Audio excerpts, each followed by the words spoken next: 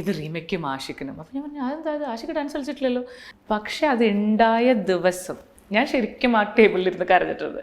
നിനക്കും ചേട്ടനും ഒരേപോലെയാണ് ഇവിടെ എല്ലാ കാര്യങ്ങളും എന്ന് തന്നെയാണ് പറഞ്ഞു തന്നിട്ടുള്ളത്. അതുകൊണ്ടാണ് എനിക്കത് റോങ് അടിക്കുന്നത്. This marriage tag is so irritating for me. Like I never believed in it. And അങ്ങനെ ആ ബൗണ്ടറീസ് ഇല്ലെങ്കിൽ ഉണ്ടല്ലോ, അല്ലെങ്കിൽ ജീവിക്കാൻ വലിയ പടവിനു.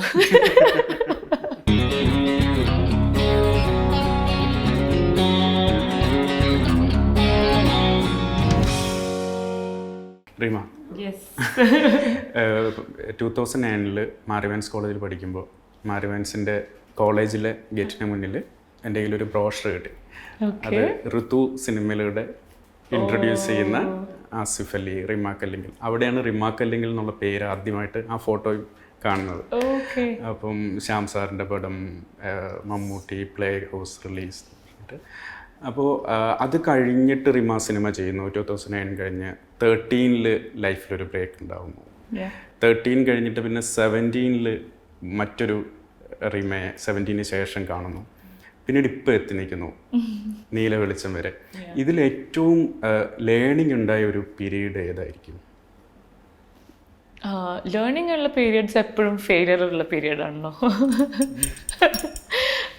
ഫെയിലിയർ എന്നുള്ളതല്ല, നമ്മളിങ്ങനെ ഒരുപാട് സക്സസ്സിന് നടുക്ക് നിൽക്കുമ്പോൾ I feel you don't learn anything, you know U are in that ride. നമ്മളിങ്ങനെ അതിൻ്റെ എക്സൈറ്റ്മെൻറ്റിലും ഒക്കെയാണ്. I think the period when I didn't have work or work was taken away is when I learned everything that I've learned about life today എന്ന് വേണമെങ്കിൽ പറയാം.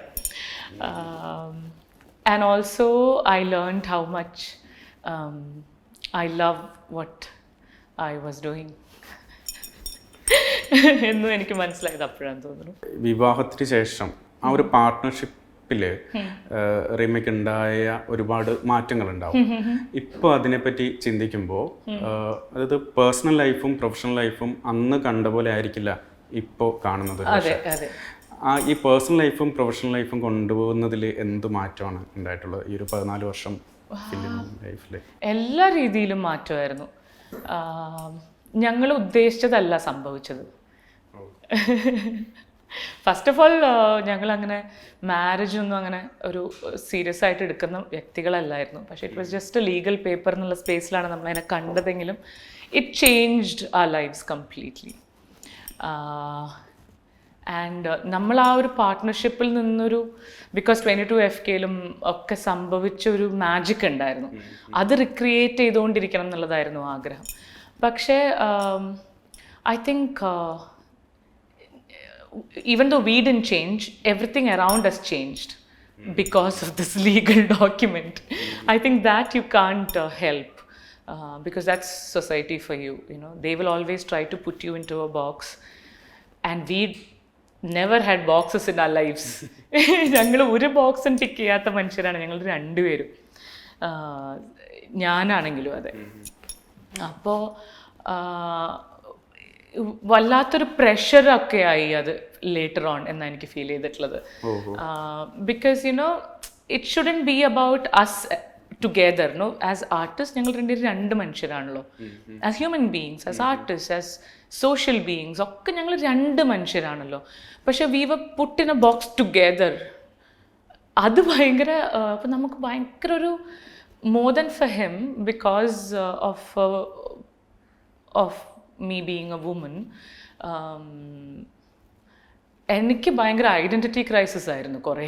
Like you know, എൻ്റെ ഒരു identity completely was taken away എന്നുള്ളൊരു space ഉണ്ടായിരുന്നു എനിക്ക്. I still remember after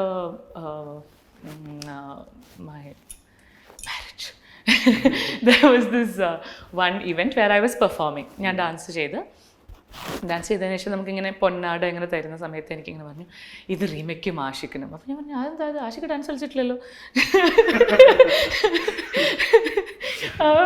I wonder if ഏതെങ്കിലും ഒരു ഇവൻറ്റിന് പോകുമ്പോൾ he will have to share anything. And also the fact that I was not somebody new. I was here for so long. I think I've tried everything in my, in my capacity to make a mark on my own. And അതിൽ ഭയങ്കര വാശിയുള്ള ഒരാളാണ് ഞാൻ. That I know who I am, and അപ്പോൾ എനിക്കത് ആ identity crisis എനിക്ക് ഭയങ്കര problematic ആയിരുന്നു. And I really thought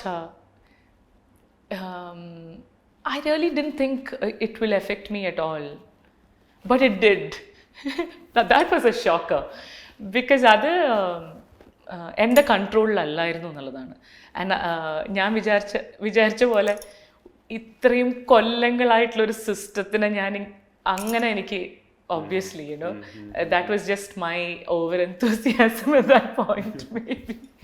But I would have happily lived in and not have all these hassles, because we were living in, we were chilled out and we were having a ball. അത്തതിൻ്റെ ആവശ്യമേ ഉള്ളൂ.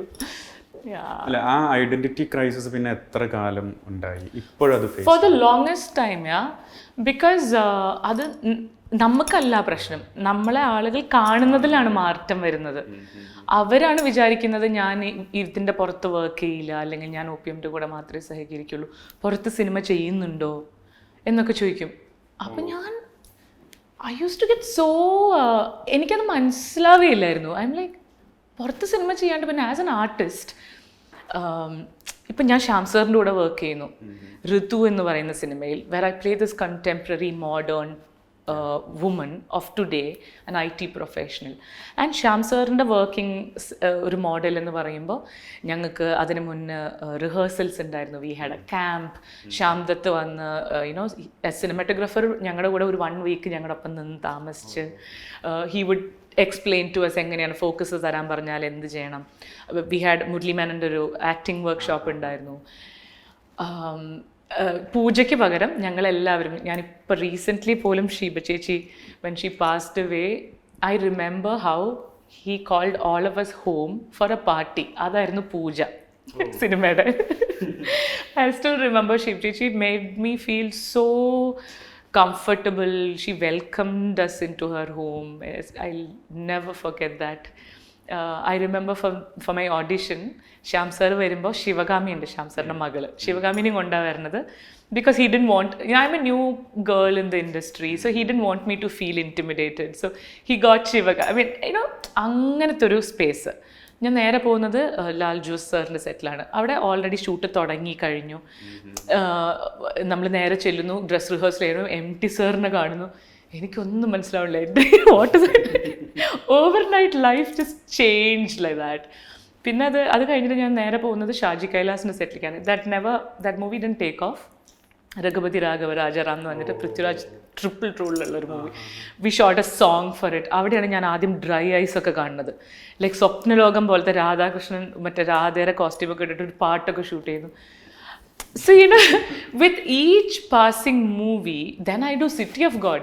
I work with Liju. Liju has a completely different way of filmmaking. I do Happy Husbands, where I play a vamp. So, as an artist, that's what you want. You want variety. You want to work with different kind of people, because that's your learning. And that's why you're experimenting, you're doing all kind of weird shit. You are tapping into your character that you didn't even know existed. You're tapping into your negatives, your grays. That is what an artist lives for. And putting you into a box and saying, okay, you work with this person or this company and these movies that is coming out of this space alone എന്ന് പറയുന്നത് എനിക്ക് എന്തൊരു restricting ആണ് ശരിക്കും പറയുകയാണെങ്കിൽ. But of all the people in the world, I have been so clear about how I will work out, work even after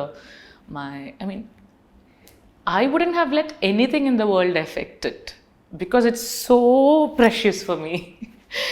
എനിക്ക് അതായത് ചെറുപ്പം തൊട്ടേ വർക്ക് ചെയ്തിട്ടുള്ള ശീലത്തിൻ്റെയാണെന്ന് തോന്നുന്നു.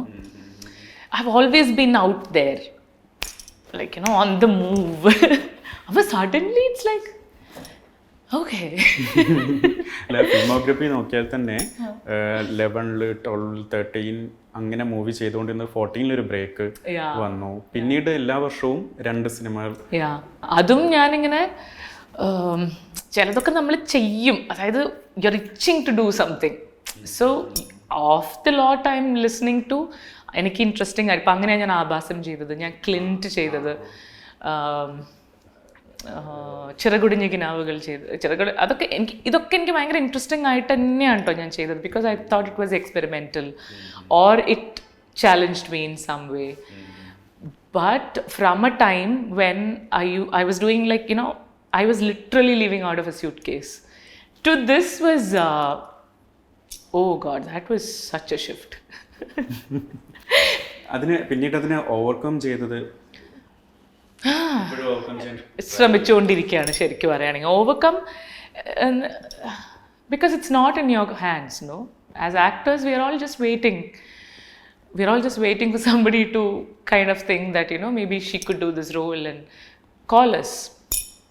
ആ സ്പേസിലാണല്ലോ നമ്മൾ നിൽക്കുന്നത് എപ്പോഴും. Because you are not creators, you are actually a tool that this director or this producer, I mean the director is going to use. So yeah, എവിടെയോ ഞാൻ പഠിത്ത് വായിച്ചല്ലോ, in the end it's all about waiting. Life is all about waiting for that. Maybe yeah. സന്തോഷത്തിന്റെ ഒന്നാം രഹസ്യം, അതൊരു എന്തൊരു breath of fresh air ആയിരുന്നു എന്നറിയോ. As an artist it challenged me, it pulled me out of my comfort zone, it threw me into filmmaking like I've never seen it. It's a single shot film, nammal thaniyana camera operate cheyyunnathu. It's like doing theatre. So it's ഞാനൊരു live like I do stage, so എനിക്ക് അത്ര തന്നെ rush ആയിരുന്നു when I was doing SOR. അതൊരു ഗംഭീര performance ആണ്, ഞാൻ film കണ്ടിരുന്നു. What a movie, what a script, what a thought. Very lucky to have that. കുറച്ച് ക്രിട്ടിക്കലായിട്ട് ഒരു തോട്ട് വന്നതാണ്. ഇപ്പം ഈ പറഞ്ഞ ഐഡന്റിറ്റി ക്രൈസിസിന്റെ കാര്യം പറഞ്ഞപ്പോൾ ഒരു 8 സിനിമകളിൽ ഗാങ്സ്റ്റർ തൊട്ട് പ്രൊഡ്യൂസർ എന്നൊരു പവർഫുൾ ഒരു സ്പേസിലേക്കാണ് റിമ എത്തിയത്.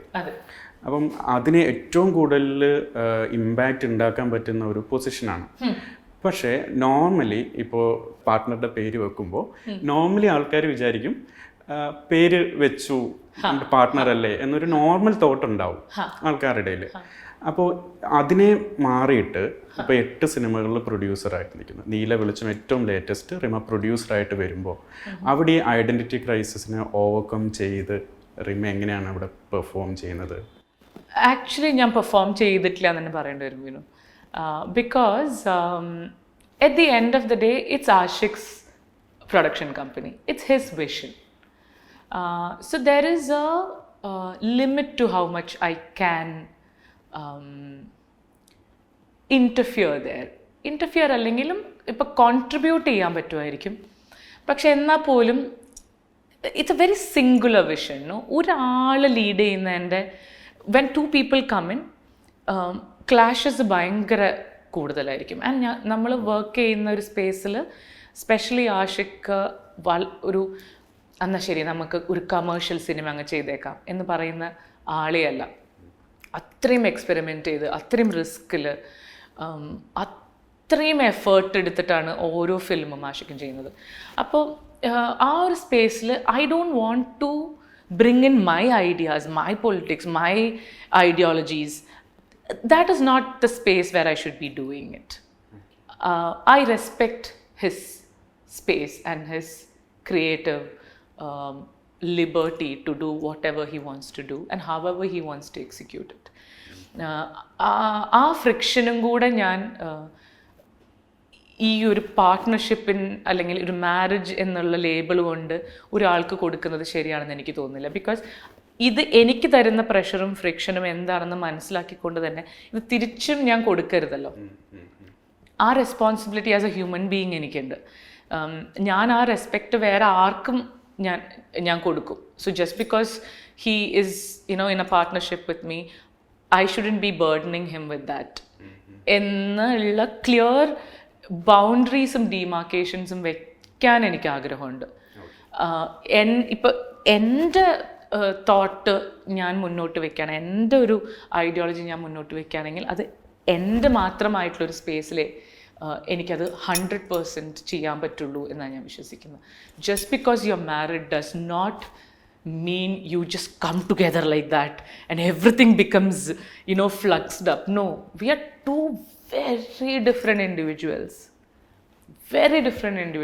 very strong-minded individuals. So already എന്താ പറയുക, there is so much pressure on us because of a lot of stands that we take in life. അപ്പോൾ അത് അതിലേക്ക് കൂടുതൽ ആഡ് ഓൺ ചെയ്യാനല്ലാതെ I would want to see how I can ease it at this point at least. ഇനിയിപ്പം നമ്മൾ അത്രയും happy ആയിട്ട് ഇപ്പം അതിൻ്റെ ഇടയ്ക്ക് കോവിഡ് വരുന്നു, like you know we are battling with so much more than just what you see അല്ലേ.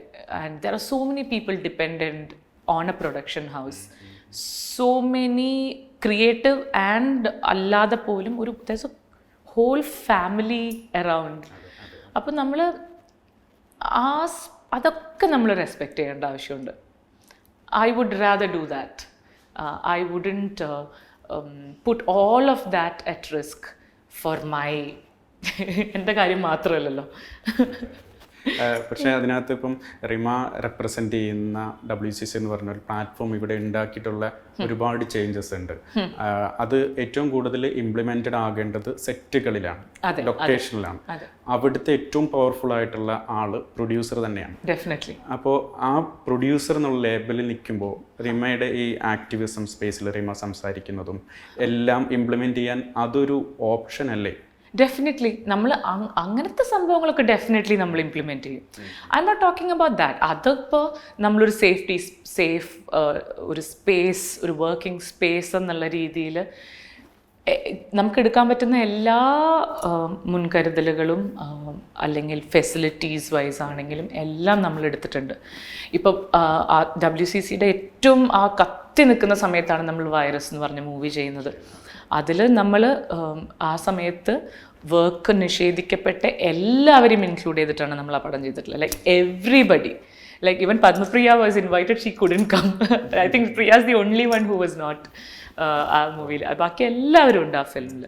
ഇപ്പം നെക്സ്റ്റ് ഞാനിപ്പോൾ I've put together this project for an OTT platform, which is being directed by a female director, written by a female director, which will more than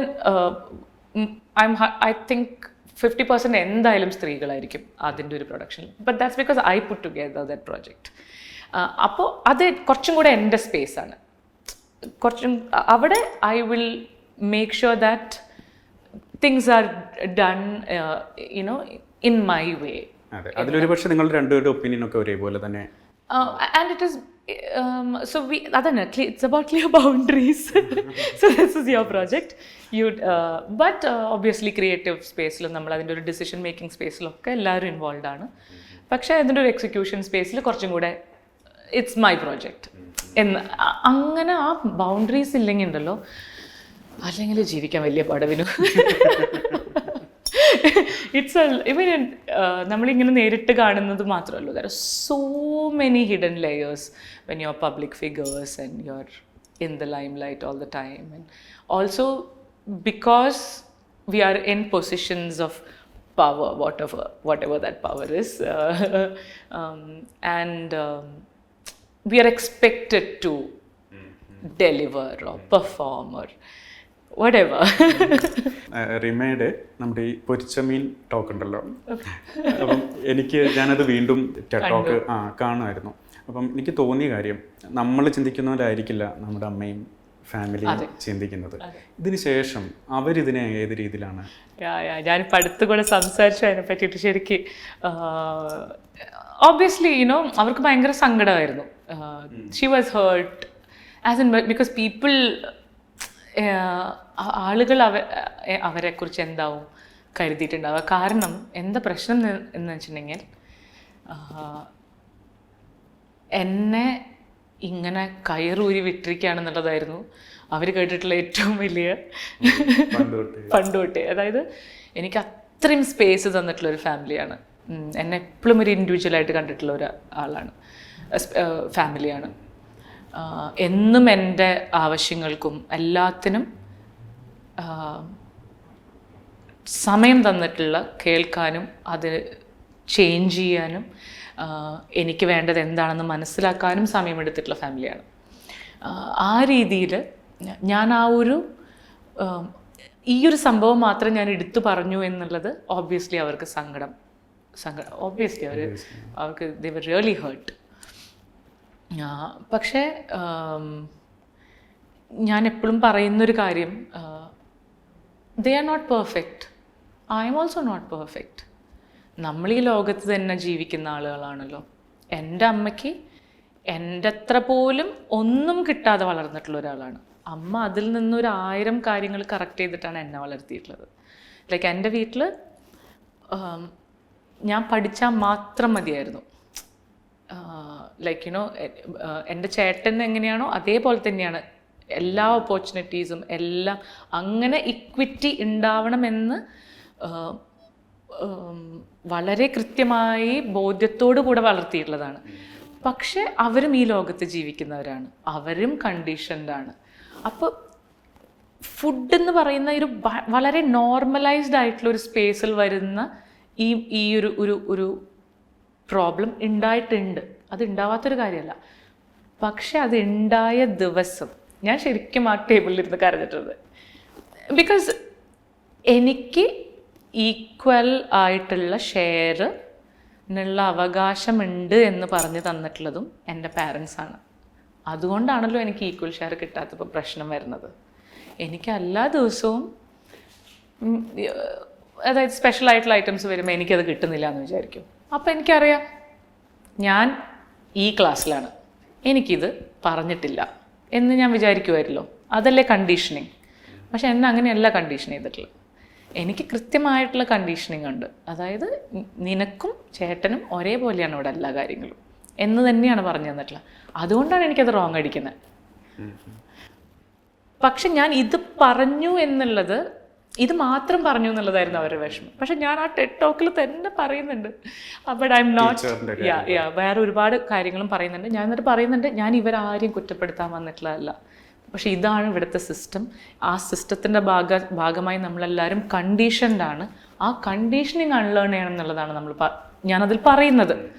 പക്ഷെ അവിടേക്ക് ആരും എത്തിയില്ല, എല്ലാവരും ഇവിടെ. But എന്നിരുന്നാൽ പോലും I think I have spoken to them and they have also understood that അന്ന് സംഭവിച്ചത് അതെന്തായാലും എന്ന് സംഭവിച്ചാണെങ്കിലും അതെന്നെ അത്രയും ഹേർട്ട് ചെയ്തിട്ടുണ്ട് എന്നുള്ളത് അവർക്കറിയാം. Because I cried, I was A young kid and I cried. അപ്പോൾ അവർക്കറിയാം എന്നെ അത് ഭയങ്കരമായിട്ട് ഹേർട്ട് ചെയ്തിട്ടുണ്ട് എന്ന്. സോ പക്ഷെ എന്നാലും അവർക്ക് വിഷമമായി. അതിനകത്ത് പാവം സാധാരണ ഈ ഒരു പബ്ലിക്കിൻ്റെയോ സ്പേസിലോ ഇപ്പോൾ അച്ഛനൊക്കെ ഇപ്പോഴും എൻ്റെ അടുത്ത് ആരെങ്കിലും കസിൻസിൻ്റെ ഒക്കെ അല്ലെങ്കിൽ ആർക്കെങ്കിലും കല്യാണത്തിനൊക്കെ കാശ് ചോദിക്കുമ്പോൾ ഞാൻ പറയും, കല്യാണം കഴിപ്പിക്കാനൊന്നും ഞാൻ കാശ് കൊടുക്കില്ല, വല്ല പഠിക്കാനൊക്കെ ആണെങ്കിൽ ഞാൻ കാശ് കൊടുക്കാതെ പറയുമ്പോൾ, നിന്നെ പോലെയല്ല എല്ലാവരും, സാധാരണ മനുഷ്യർ ഇവിടെ ഇങ്ങനെ ജീവിക്കുന്നുണ്ട്. നീ അത് നിൻ്റെ ലെവൽ ഓഫ് നിൻ്റെ ഭയങ്കരമായ തോട്ട് പ്രോസസ്സ് ഇവിടെ അപ്ലൈ ചെയ്യല്ലേ. ഇവിടെ ഒരുപാട് മനുഷ്യർ വേറെ ഒരുപാട് കാര്യങ്ങൾ ബാറ്റിൽ ചെയ്ത് ജീവിക്കുന്നുണ്ടാവും. അവർക്ക് ചിലപ്പോൾ ആ ഒരു കല്യാണം മര്യാദയ്ക്ക് നടത്തുക എന്നുള്ളത് ചിലപ്പോൾ അവരുടെ ലൈഫിൽ ഭയങ്കര വലിയൊരു കാര്യമായിരിക്കും എന്ന് അച്ഛൻ എപ്പോഴും പറയും. ബിക്കോസ് നമ്മൾ ചില സമയത്ത് എനിക്കും തോന്നാറുണ്ട്, നമ്മൾ വേറൊരു ലോകത്താണ് ജീവിക്കണേ. ഒരു കാശിൻ്റെ അല്ല കേട്ടോ, it's not about class, it's about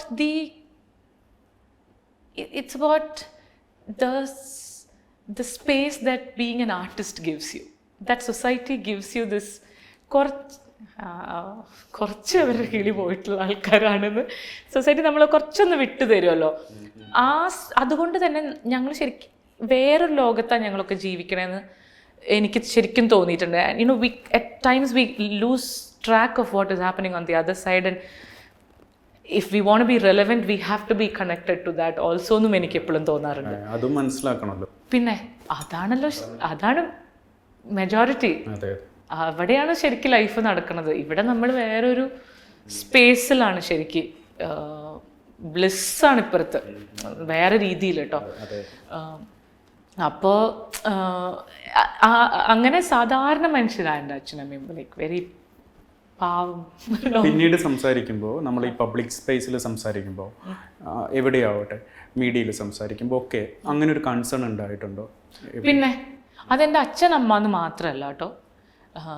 നമ്മൾ ചിലപ്പോൾ ഒരു കാര്യം സ്ഥാപിക്കാൻ വേണ്ടിയോ അല്ലെങ്കിൽ ഒരു കാര്യം പറയാൻ വേണ്ടിയോ നമ്മൾ എന്തെങ്കിലും പറയുമ്പോൾ ചില സമയത്ത് നമുക്ക് ബ്രൂട്ടലി ഓണസ്റ്റ് ആവേണ്ടി വരും, ഇല്ല എന്നല്ല.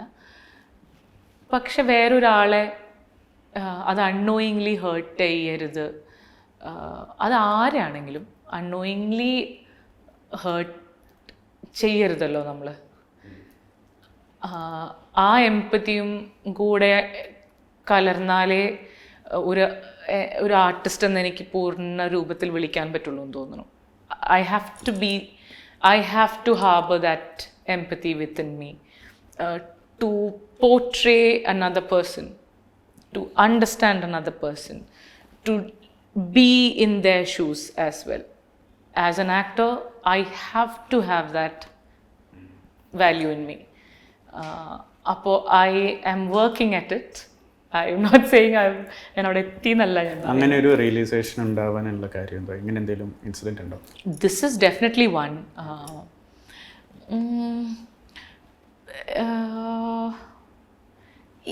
ഇതാണ് മെയിനായിട്ട്. അതായത് ഞാനൊരു പബ്ലിക് സ്പേസിൽ ഞാൻ ഒട്ടും ഇൻറ്റൻറ്റ് ചെയ്യാണ്ട് ഞാൻ ഹേർട്ട് ചെയ്ത് പോയി എന്നുള്ളത് എന്നെ ഭയങ്കരമായി വിഷമിപ്പിച്ചിട്ടുണ്ട്. Because they didn't deserve it, because they have been the best of parents. എല്ലാ രീതിയിലും ഞാനത് എല്ലായിടത്തും പറയുന്നതാണ്. ഞാനിങ്ങനെ ഇരിക്കുന്നത് അവരുടെ സ്വെറ്റാണ്, അതിലൊരു കൺഫ്യൂഷനും എനിക്കില്ല. ഒരു സാധാരണ മിഡിൽ ക്ലാസ് ഫാമിലിയിൽ എന്നെ എങ്ങനെയും വളർത്താലോ അവർക്ക്, അവരിങ്ങനെ വളർത്താനാണ് തയ്യാറായത്. അതിനുവേണ്ടി അവർ എല്ലാ രീതിയിലും ഞാൻ കണ്ടു നിന്നിട്ടുണ്ട്. How much they have toiled ഞങ്ങളെ, എന്നെയും, അതായത് ഞങ്ങളുടെയും കൂടെ ആഗ്രഹങ്ങൾക്കനുസരിച്ച് വളർത്താൻ, ഞങ്ങളെ ഇൻഡിവിജ്വൽസായി കണ്ട് നമ്മുടെ വിഷമങ്ങളും എല്ലാം കണക്കിലെടുത്ത് നമ്മളായിട്ട് തന്നെ വളരട്ടെ, ഞങ്ങളുടെ മക്കളായിട്ട് വളരാനായിട്ട് മറ്റേ അടിച്ച് വളർത്താതെ ഞങ്ങളാവാൻ സമ്മതിച്ചു എന്നുള്ളതിൽ അങ്ങനെ വളരെ ചുരുക്കം പാരൻസിനെ ഞാൻ കണ്ടിട്ടുള്ളൂ.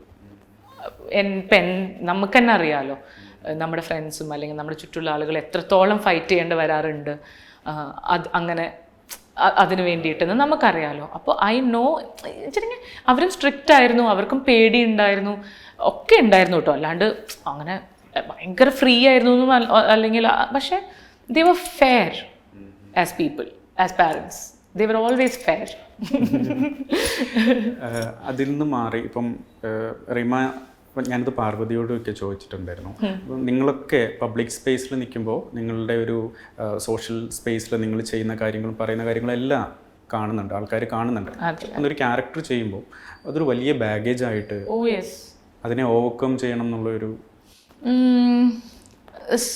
ഇപ്പം ഞാനൊരു മൂവി പ്രൊമോഷൻ്റെ ഭാഗമായിട്ട് മാത്രമേ ഇനി ഞാൻ സംസാരിക്കുള്ളൂ എന്നൊക്കെ ഉള്ളൊരു ഡെസിഷനിലേക്ക് ഞാൻ എത്തുന്നത് അങ്ങനെയാണ്.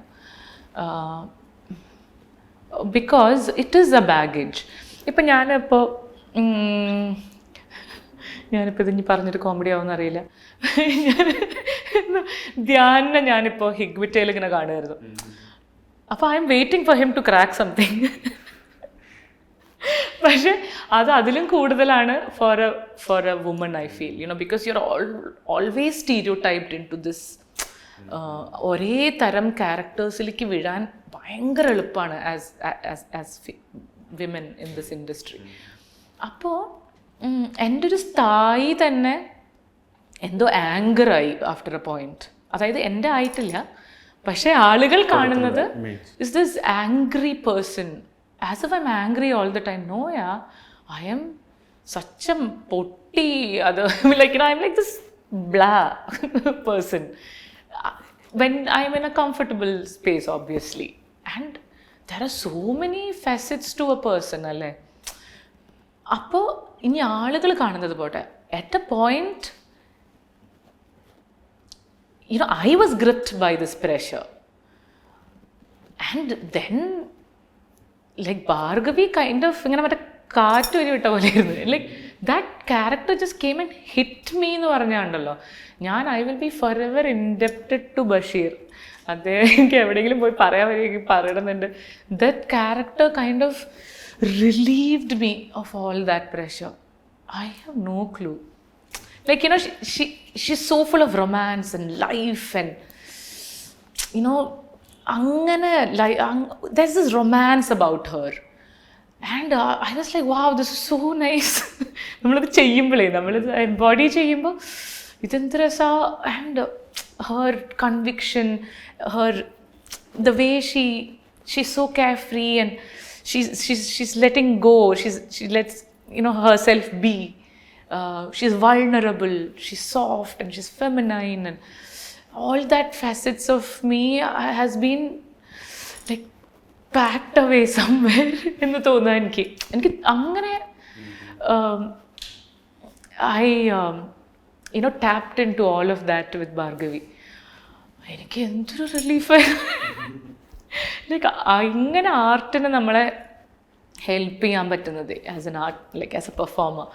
അപ്പോൾ അതിലെന്തെങ്കിലും എനിക്ക് through this medium, if I can give back after all this angry woman, 22 female Kottayam to all this, like, I think that was a phase. I want more out of life, out of my craft, out of my being now. ഇപ്പം ഈ creative partnership ഉണ്ടാവും. നിങ്ങൾ രണ്ട് Ashik Kapoor, Rima Kallingal partners എന്ന് പറയുമ്പോൾ അവർ പല രീതിയിൽ ഒരുമിച്ച് വർക്ക് ചെയ്യുന്ന ആൾക്കാർ. നിങ്ങൾ ഏറ്റവും പുതിയ സിനിമ വർക്ക് ചെയ്ത് വന്ന ഒരു ടൈമാണ്. ഈ ക്രിയേറ്റീവ് പാർട്ട്ണർഷിപ്പിൽ ഒബ്വിയസ്ലി ഉണ്ടാവുന്ന കോൺഫ്ലിക്ട്സ് ഉണ്ടാവും. ഇതിനെ മാനേജ് ചെയ്യുക എന്നുള്ളത് ഭയങ്കര ഒരു ചലഞ്ച് ആയിരിക്കില്ലേ? ഭയങ്കര ചലഞ്ചാണ്, especially when you personally connected. Because you tend to take each other for granted. It's as simple as that. Because you know this other person inside out, and our boundaries are blurred out eppozhum, and it's a learning process to kind of keep it separate. Adingana constant battle aanu. Like ഞങ്ങൾ Neelavelicham first shot എടുക്കാണ്. First shot എടുത്തു കഴിഞ്ഞ് cut പറഞ്ഞ് ഞാനവിടെ ഇരിക്കുകയാണ്, ഒരു ടേക്കും കൂടി ഉണ്ട്. അപ്പോൾ ആഷിക്ക് മൈക്കിൽ കൂടെ എനിക്ക് പോന്നോ എന്ന് പറയാം. അപ്പോൾ everybody laughed. So he's like എനിക്ക് പോന്നോ, but you won't say that to another actor. But അത് നമ്മൾ തമ്മിലുള്ള ആ ഒരു സ്പേസിൽ നിന്നുകൊണ്ടാണ് അത് പറയണത്. But I'm like, hello എനിക്ക് പോന്നു. അപ്പോൾ നമ്മൾ മറന്നു പോകും ആ ബൗണ്ടറീസും. But it is so important because a work space is a work space. നമ്മളതിന് അത്രയും പ്രൊഫഷണലായിട്ട് തന്നെ കണ്ടില്ലെങ്കിൽ അത് കയ്യിൽ നിന്ന് പോവും. It's very sacred. നമ്മുടെ കർമ്മഭൂമിയാണല്ലോ അത് നമ്മൾ അത്രയും സീരിയസ് ആയിട്ട് തന്നെ അതിനെ കാണണം. പക്ഷെ it's very difficult. It's very difficult because നമ്മൾ മനുഷ്യരാണല്ലോ. At the end of the day we are people and we are such emotional people. എല്ലാത്തിനും വിഷമോ ഇട്ടി അത് it's and this whole fact that this marriage tag is so irritating for me. Like I never believed in it, and എനിക്കിതൊരു ഒട്ടും വിശ്വാസമില്ലാത്തൊരു സിസ്റ്റമാണ് ഇപ്പോഴും. എനിക്ക് ഒരു വിശ്വാസം കുറഞ്ഞിട്ടുണ്ടെങ്കിലേ ഉള്ളൂ. കുറഞ്ഞ് ഇല്ലാണ്ടായി. പണ്ടേ ഇല്ല. എനിക്കതൊരു ഭയങ്കര such a man-made mess of a system it is. രണ്ടുപേരുടെയും കൂടെ ഡിസിഷൻ ആയിട്ടല്ലേ? ബിക്കോസ് ഞങ്ങളത് അത്രയും we are already living in നമുക്ക് ആ പേപ്പർ ഒന്ന് സൈൻ ചെയ്തേക്കാം. അതുകൊണ്ടാണല്ലോ ഞങ്ങൾ അങ്ങനെ അതിനെ ട്രീറ്റ് ചെയ്തതും. Like we made it into